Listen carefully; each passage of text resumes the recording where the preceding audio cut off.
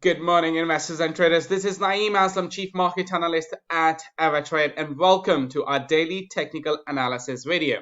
In today's segment, we are going to look at the price of gold because given the fact that nearly 90 million Americans have already voted, I think it is a good start for us to prepare ourselves ahead of this US election, how the volatility can really impact the market and what it really means and where we go from there. So let's have a conversation around it. But before we do, as always, it is important for me to go through this slide of disclaimers and risk warnings. Anything which we'll be discussing in this video cannot be perceived as an advice. If you are seeking for one, please do consider consulting with your own advisors.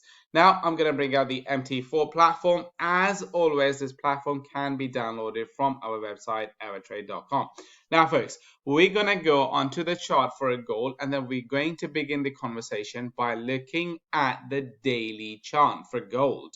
Now, the fact is that the volatility in the stock market, in the forex market, is highly likely to remain high in the next 48 hours. And so if Donald Trump wins the election, then we may not see the volatility that high. But if he loses the US elections, then it can change the entire situation, because then we can look at possibility of strong civil unrest throughout the country, which can last for near from weeks to months, and that is very likely the situation with respect to the US market. So that means that we need to be in a position where we can hedge our risk, and nothing is better than looking at gold prices. So when we look at the gold price, generally speaking, what we see is that yes, there is no doubt that the price is trading in an upward trend, right? So that by joining the lows,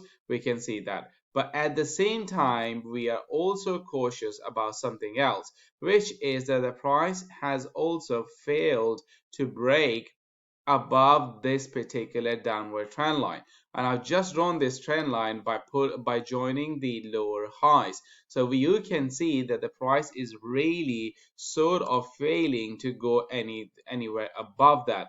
So okay, so we know that the price is still trading to the upside, but we also know that the price is failing to break to the upside from its downward trend line. So that means that we need to redefine our support and resistance zone.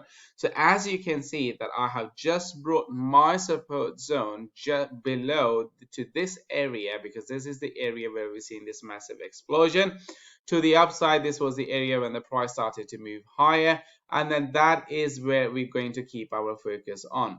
And one more thing that I kind of wanted to touch base on with you on the similar sort of a thing is that this particular ascending triangle is also forming. Usually when these triangles break to the downside, they complete their projection, and then if that projection is right, then we are literally looking at the prices going little below the 1700.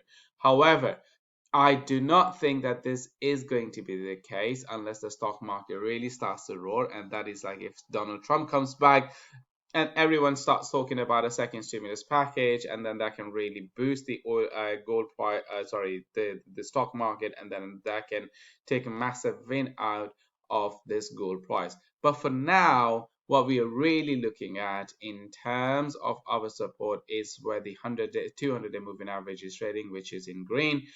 Price is already trading below the 150-day moving average.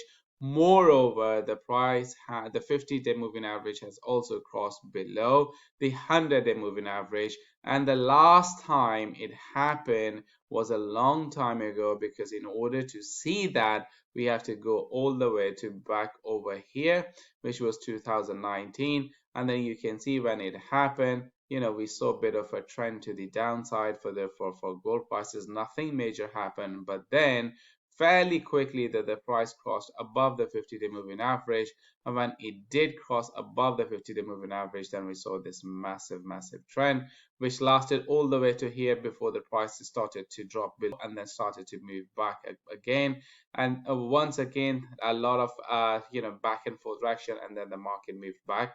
And now the market is moving, is trying to break above the 50-day moving average, but it has failed to break so far, to break above that.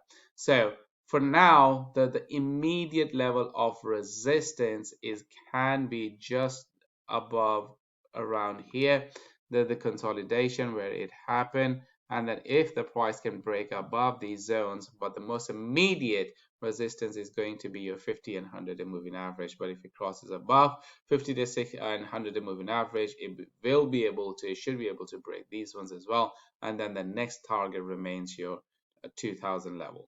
All right, folks, that's all for today. See you guys next time.